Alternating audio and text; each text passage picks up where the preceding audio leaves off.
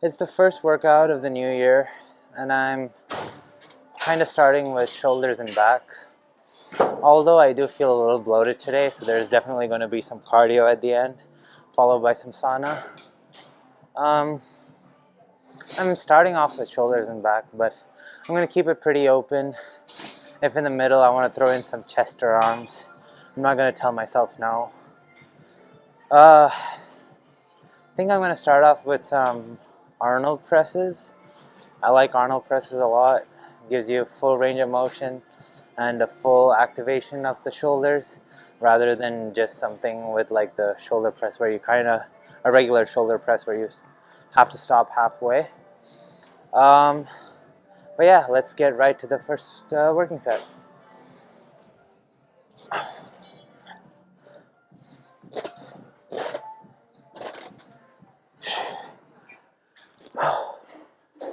I like to keep a slight incline when I do the Arnold shoulder presses. Instead of having them come like straight down, I prefer them to come at a slight angle. At least personally, I feel like I'm able to get a little bit more out of the shoulders or parts of the shoulder that I want to experience the movement in, compared to like a regular shoulder press. And also alternating so that I can focus on one shoulder at a time and like give my full attention to what the contraction feels like, and not necessarily like when I do both hands at the same time, I kind of have like one arm that's not necessarily focusing as much as the other arm, and by doing it one arm at a time, I'm able to kind of take that out of the equation and then exclusively focus on one shoulder at a time. I'm supersetting these with pull-ups, so here's some pull-ups.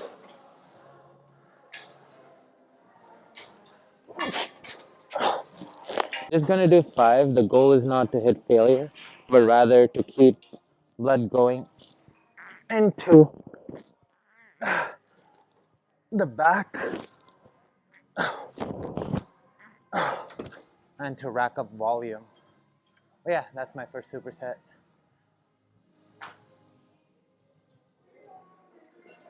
Alright.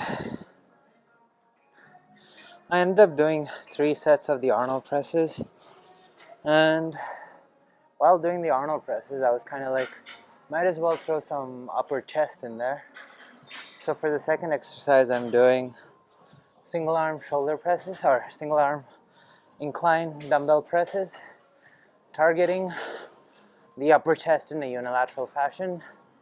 The fact that I'm using one arm at a time allows me to use my core, or forces the core to stay engaged,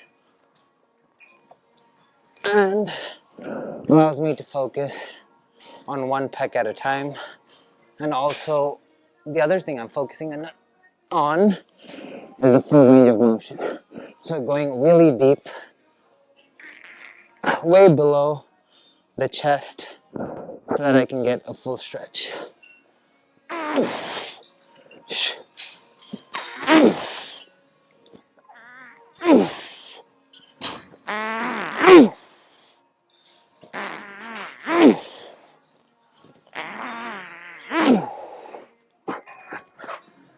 Going for 10 each hand. You'll find that when you're doing it like unilateral, you're not going to be able to use as much weight as when you do 2 arms at the same time. I believe it's because of all the extra compensation work that your body has to do in order to maintain balance because of the offset.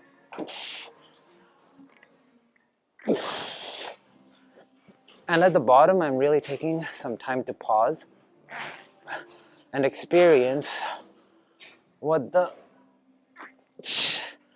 chest stretch feels like.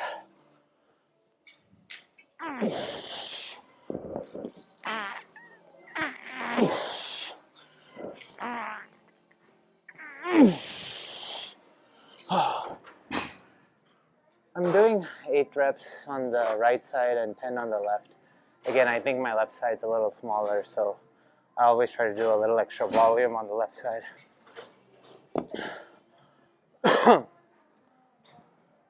And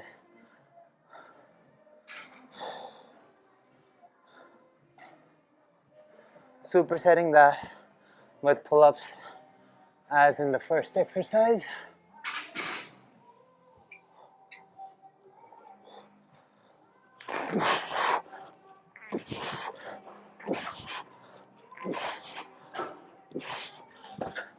Just going for 5 each hand. Again, the idea is to rack up volume and not necessarily hit failure on the pull-ups.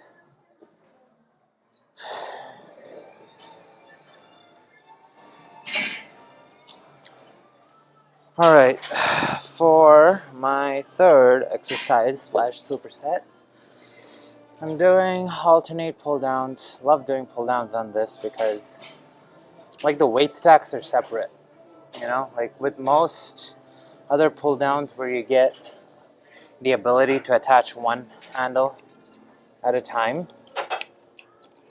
the weight stacks are together.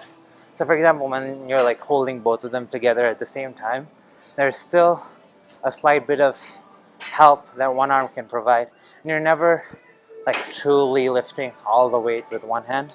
But since the weight stacks are separate for each handle, I can get a more even contraction even when it's, you know, alternating lat pull downs. So I prefer doing my alternating lat pull downs on the same contraption that most people would prefer probably doing flies or something in. At the bottom, I'm kind of leaning forward so that I can get a full stretch of the lats. I prefer getting a full stretch rather than just staying in one position and rowing. There's a place for that though, but at least at this point in time, I'm going for the stretch. And full stretch, one arm. So you'll see, I'm going for 5 alternate each hand. So 2, 2, 3, 3, 4, 4, 5, 5. Then I'm bringing them both together and doing 1, 2, 3, 4, 5. Switch hands. 1, 2, 3, 4, 5, and then 5 together.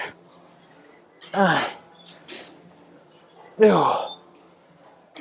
3, 4. Hitting the back in a variety of tempos and like also holding it one arm at a time. Also holding it like one arm at a time allows you to focus on the isometric contractions. And then going right away into Cannonball shoulder presses with the kettlebell. Cannonball essentially is this open hand grip that I'm using because it's like holding a cannonball. And going for 8 each hand. I noticed that the cannonball grip gives me a better contraction than any other kind of free weight shoulder press.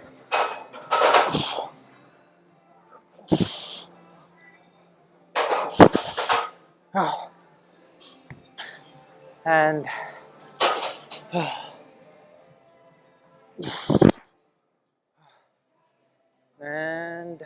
having the handle like this also allows me to go deeper into the shoulder press.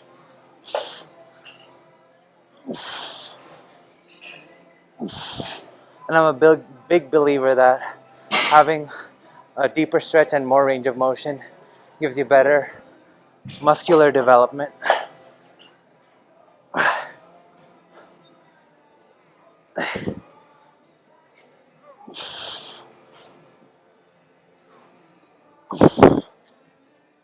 But yeah, that was the second set of my second superset / exercise. Probably going to do at least one more, but we'll see how it feels. I definitely want to do some cardio and sauna at the end. And the gym closed at 8 today, which is still 2.5 hours from now. But you never know how time flies. I also want to throw in some sled. I say these things, but sometimes one or two supersets later, I'm like, yeah, let's just do cardio. But yeah, today cardio is definitely a thing.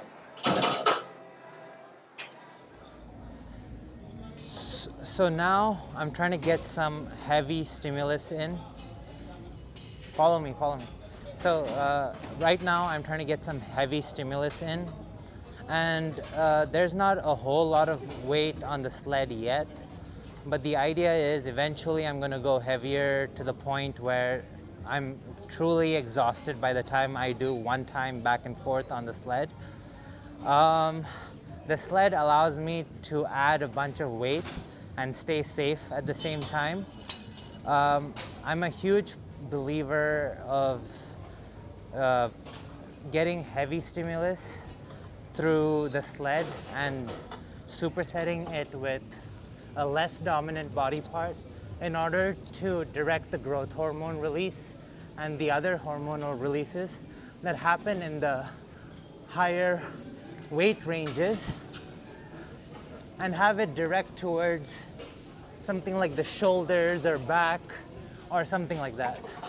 While there are movements such as the deadlift and squat that allow you to use multiple muscle groups at the same time and overload them, there's none that is truly as safe as the sled to accomplish this. So even when I'm doing something like back and shoulders, I'll do a couple of heavy sets of sled in order to get that high growth hormone response that you get from doing like a heavy compound lift, but then also have it direct towards the shoulders and the back. There might be more danger at play if you're doing it heavy shoulder presses, where if you're not necessarily getting like the weight up, there might be, you could slip and hit your shoulders. Here, it's not a directed shoulder movement, but I'm going to superset it with something like the shoulder. In this case, I'm focusing on back. So I'm doing a deadlift row sort of thing. So deadlift, row, deadlift, row, deadlift, row, deadlift, row. So kind of keeping with the original theme of back and shoulders, but supersetting it with the sled. So I do get that high growth hormone and testosterone release that happens from handling heavy weight.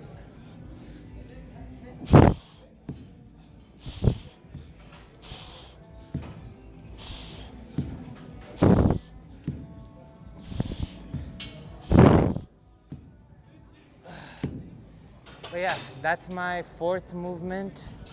I'm gonna do a couple more sets of this and then probably do some isolation stuff after, but that's whatever's next.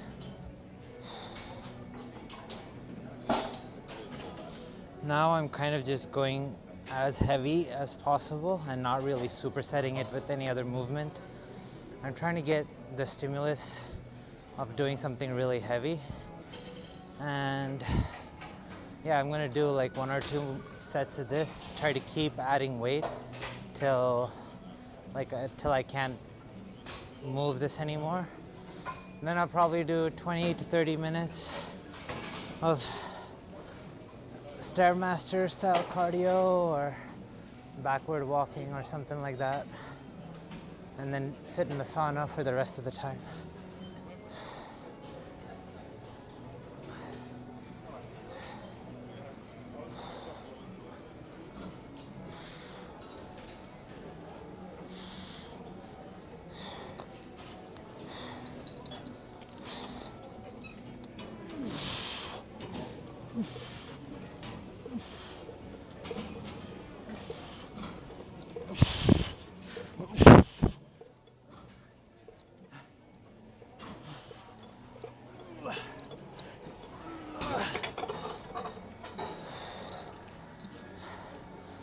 not a huge fan of doing 1 rep maxes on the deadlift and squat anymore. Instead, I really like to find those limits on a movement like the sled that seems to have a more overall recruitment of the body and also allows you to stay safe the whole movement.